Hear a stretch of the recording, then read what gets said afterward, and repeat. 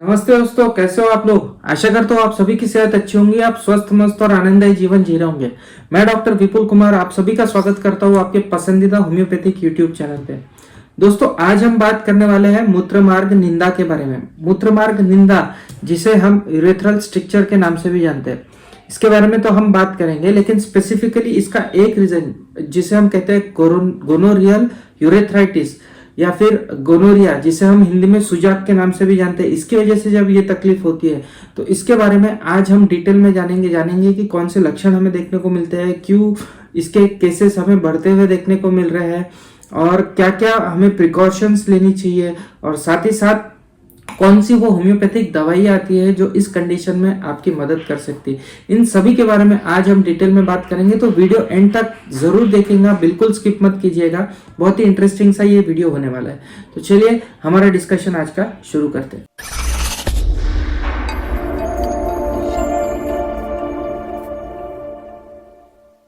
दोस्तों, आगे बढ़ने से पहले आप सभी से अनुरोध रहेगा कि प्लीज मेरे चैनल को सब्सक्राइब जरूर कर दीजिए। वीडियो यदि पसंद आए तो लाइक कर दीजिए और शेयर भी कर दीजिए, जिससे आगे किसी और को ये जानकारी फायदेमंद साबित हो सके। तो चलिए दोस्तों, बात करते हैं गोनोरियल यूरेथ्राइटिस के बारे में। गोनोरिया को हिंदी में हम सुजाक के नाम से भी जानते हैं। गोनोरिया ये एक बैक्टीरिया होता है जिसका पूरा नाम है निसेरिया गोनोरिया। ये ग्राम नेगेटिव बैक्टीरिया होता है और यहाँ पे जब यूरेथ्राइटिस होता है तो यहाँ पे जो मूत्रमार्ग होती है, ये मूत्रमार्ग थोड़ी सी बारीक हो जाती है, पतली हो जाती है, जिसकी वजह से ठीक तरह से पेशाब नहीं कर पाता है रोगी। अब ये होता क्यों है इसके बारे में जान लेंगे। ये जो पूरा मूत्रमार्ग है, ये मूत्रमार्ग बना होता है सूडो स्ट्रेटिफाइड एपिथेलियम से। ये यूजुअली स्पेसिफिक टाइप का एपिथेलियम होता है या सेल्स होते हैं जो इस पूरी लाइनिंग को, मूत्र के मार्ग को पूरी तरह से कवर करते हैं। ये बेसिकली वाटरप्रूफ होती है। यदि ये वाटरप्रूफ नहीं होंगी तो इसके अंदर पानी चले जाएगा, और यदि पानी चले जाएगा तो वहां पे हमको इन्फ्लेमेशन या सूजन देखने को मिलेंगी, जिससे मूत्र मार्ग के अंदर हमें डिस्टर्बेंस देखने को मिलेगा, अड़थड़ा होगा और फिर वहां से पेशाब ठीक तरह से नहीं हो पाएंगे। अब बात करते हैं गोनोरिया के बारे में। गोनोरियल यूरेथ्राइटिस, ये गोनोरिया की वजह से होता था, सुजाक की वजह से होता था। सुजाक 1980, 70, 60 के दशक में बहुत ही कॉमन था और बहुत ज्यादा प्रमाण में हमें देखने को मिलता था, और इसकी वजह से जब मूत्रमार्ग निंदा होता था तो पूरा का पूरा मार्ग ये खराब कर देते थे और बहुत ही ज्यादा डिफिकल्ट ये केसेस हमें देखने को मिलते थे। लेकिन धीरे धीरे एंटीबायोटिक्स आए। एंटीबायोटिक्स आने से गोनोरिया के जो इंसिडेंट्स थे, सुजाक के जो केसेस थे, रोगी थे, वो कम हो गए। दिन ब दिन कम होने की वजह से इसके भी केसेस हमें कम देखने को मिले, और फिर धीरे धीरे ऐसा हो गया कि ये तकलीफ बहुत ही कम हमें देखने को मिलने लगी। लेकिन हाल फिलहाल के दिनों में फिर से दिन ब दिन इसके जो प्रमाण है ये हमें बढ़ते हुए देखने को मिल रहे हैं। अक्सर केसेस आती है जहाँ पे गोनोरिया की हिस्ट्री हमें देखने को मिलती है और वहाँ पे हमको यूरेथ्रल स्ट्रिक्चर देखने को मिलता है। जो पेशाब की नली होती है वो थोड़ी सी पतली हुई भी हमें देखने को मिलती है। ये प्रमाण बढ़ने के कारण हो सकता है कि एंटीबायोटिक रेजिस्टेंस एक इसका रीजन हो। अब जब गोनोरिया किसी को हो जाता है तो क्या होता है, तो गोनोरिया जब भी हो जाता है तो वहां पे हमको एक स्पेसिफिक तरह का डिस्चार्ज देखने को मिलता है, ग्लीट लाइक डिस्चार्ज हमें देखने को मिलता है। यानी वहां से ऐसा स्त्राव आता है, हमारे लिंग से ऐसा स्त्राव आता है जो चिपचिपा सा होता है। गोंद को पानी में रखने के बाद में जिस तरह का स्त्राव हमें देखने को मिलता है, जो हम कहते हैं गोंद पतंग को चिपकाने के लिए जो यूज करते हैं, चिपचिपा सा, गाढ़ा सा, उस तरह का स्त्राव हमें देखने को मिलता है। अब ये जो यूजुअली तकलीफ होती है ये हमको बल्बार यूरेथ्रा में देखने को मिलती है। यहाँ पे एक पिक्चर लगाता हूँ, जो टिप पे हमारा यूरेथ्रा होता है नीचे की तरफ, वो उसे हम कहते हैं पिनाइल यूरेथ्रा। इसके ठीक पीछे हमको बल्बार यूरेथ्रा देखने को मिलता है, जो हमारे लिंग की बॉडी के अंदर जो पेशाब की नली होती है उस हिस्से को हम कहते हैं। और इसके पीछे हमको प्रोस्टेट देखने को मिलता है, जिसे हम पौरुष ग्रंथि कह के बुलाते हैं। और यहाँ पे जो गोनोरिया की वजह से मूत्रमार्ग निंदा होती है वो यूजुअली हमको बल्बार यूरेथ्रा के अंदर हमें देखने को मिलते हैं। स्पेसिफिकली ये बीच का जो हिस्सा होता है वहां पे हमको ये इस तरह का स्ट्रक्चर देखने को मिलता है।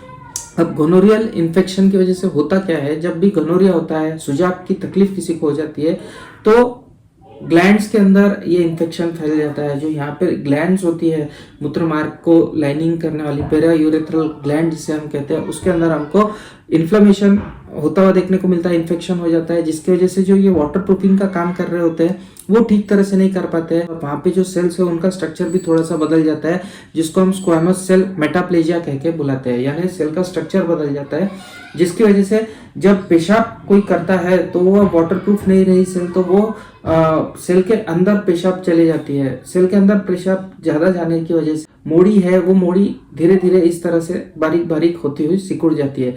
तो मोड़ी सिकुड़ जाने की वजह से जो फोर्स है वो ज्यादा लगता है, और जितना ज्यादा फोर्स होगा उतना वहां पे नलकी हमें बंद होती हुई देखने को मिलती है, जिसकी वजह से बैक प्रेशर आता है, पानी ज्यादा अंदर की तरफ जाता है, बैक प्रेशर बढ़ जाता है, और वहां पे हमको अल्टीमेटली वहां पे जो वेन्स होती है उसके अंदर थ्रोम्बोसिस होता हुआ देखने को मिलता है, जिसको हम स्पॉन्जियो थ्रोम्बोसिस कह के बुलाते हैं। धीरे धीरे थ्रोम्बोसिस का प्रमाण बढ़ने के बाद में हमको वहां पे स्पॉन्जियो फाइब्रोसिस देखने को मिलता है, और स्पॉन्जियो फाइब्रोसिस की कंडीशन में वहां पे जो पूरा रास्ता होता है वो पूरी तरह से बंद होता हुआ हमें देखने को मिलता है। यहाँ पे गोनोरिया के केस में ये बल्बार यूरेथ्रा पूरी तरह से अफेक्ट हो जाता है, और इसीलिए यहाँ पे जो स्ट्रिक्चर्स हमें देखने को मिलते हैं, या जो मूत्रमार्ग निंदा हमें देखने को मिलती है, ये बहुत बड़े बड़े स्ट्रिक्चर्स हमें देखने को मिलते हैं, लंबे लंबे स्ट्रिक्चर देखने को मिलते हैं, थोड़े थोड़े एरिया के अंदर स्ट्रिक्चर देखने को नहीं मिलते हैं। और यहाँ पे सफेद डिस्चार्ज भी हमें देखने को मिलता है, सफेद कलर का स्त्राव हमें जाता हुआ देखने को मिलता है। लकी बात यह है कि ये स्ट्रिक्चर्स डेवलप होने के लिए कई साल लग जाते हैं, 1-2 साल में नहीं होता है, ये 15-15 साल तक के ये तकलीफ जब झेलता है इंसान, तब जाके इस तरह के स्ट्रक्चर हमें बनते हुए देखने को मिलते हैं। तो इसीलिए जरूरी यह है कि आपको जब भी तकलीफ होती है तब तुरंत उसका इलाज आप करा ले, जिससे इतने बड़े स्ट्रक्चर ना बने। तो चलिए बात करते हैं वो कौन सी दवाइयां हैं जो इस कंडीशन में हमारी मदद कर सकती है। सबसे पहली दवा है कैनाबिस सटाइवा। कैनाबिस सटाइवा बहुत अच्छी दवा है यदि आपको खुजली और जलन लिंग के अंदर महसूस हो रही हो, लिंग में बहुत ज्यादा जलन सी महसूस होती हो, और जो ऊपर का चमड़ी जो होती है यदि खतना नहीं किया है, चमड़ी है तो वो चमड़ी चिपक जाती है, जिसको हम फाइमोसिस कहते हैं। फाइमोसिस हमें देखने को मिलता है। अंडकोश में काफी सारी खुजली कैनाबिस सटाइवा के केस में हमें देखने को मिलती है।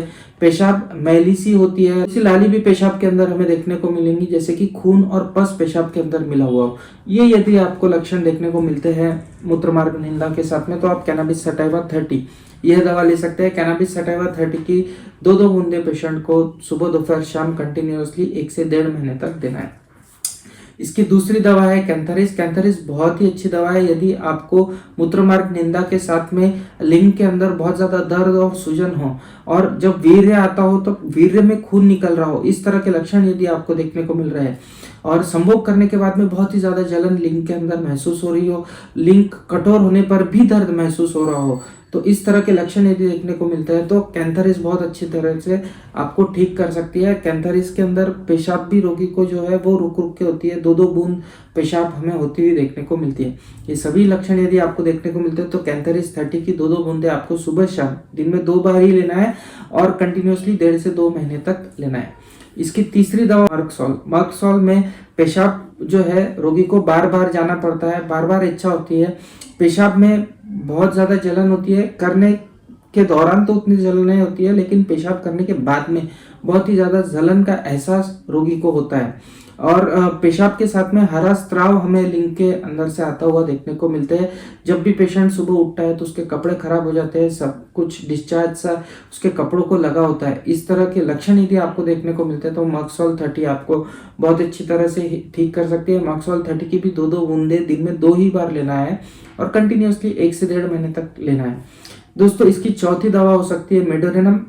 मेडोरिनम मूत्रमार्ग निंदा के उन केसेस में काफी अच्छी तरह से काम करती है जहां पे मूत्रमार्ग निंदा के साथ में प्रोस्टेट की भी तकलीफ आपको हो रही हो, प्रोस्टेट के अंदर बहुत ज्यादा भारीपन महसूस हो रहा हो, वहां पे प्रोस्टेट की जो साइज है वो काफी बढ़ गई हो, और जो रोगी होता है उसको बर्फ खाने की बहुत ज्यादा इच्छा होती हो, ये सभी लक्षण यदि देखने को मिलते हैं, बहुत ज्यादा पेशाब उससे हो रही हो, ये सभी लक्षण यदि आपको देखने को मिलते हैं तो मेडोरेनम आपको लेना है। मेडोरेनम 1 ml के अंदर हफ्ते में एक ही दिन सुबह शाम 2-2 बूंद लेना है।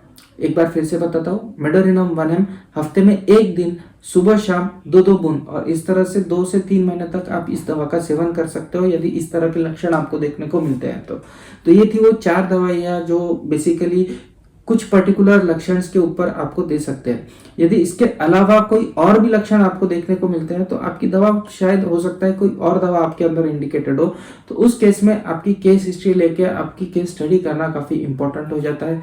तो ऐसे केस में आपके नजदीकी होम्योपैथिक डॉक्टर से आप सलाह ले सकते हैं, उनको दिखा सकते हैं, जांच करा सकते हैं, जिनसे वो परफेक्ट होम्योपैथिक मेडिसिन आपको देंगे, जिससे आपको ये जो मूत्रमार्ग निंदा की तकलीफ हो रही है, गोनोरियल यूरेथ्राइटिस की तकलीफ हो रही है, उसमें काफी हद तक आराम होता हुआ देखने को मिलेगा।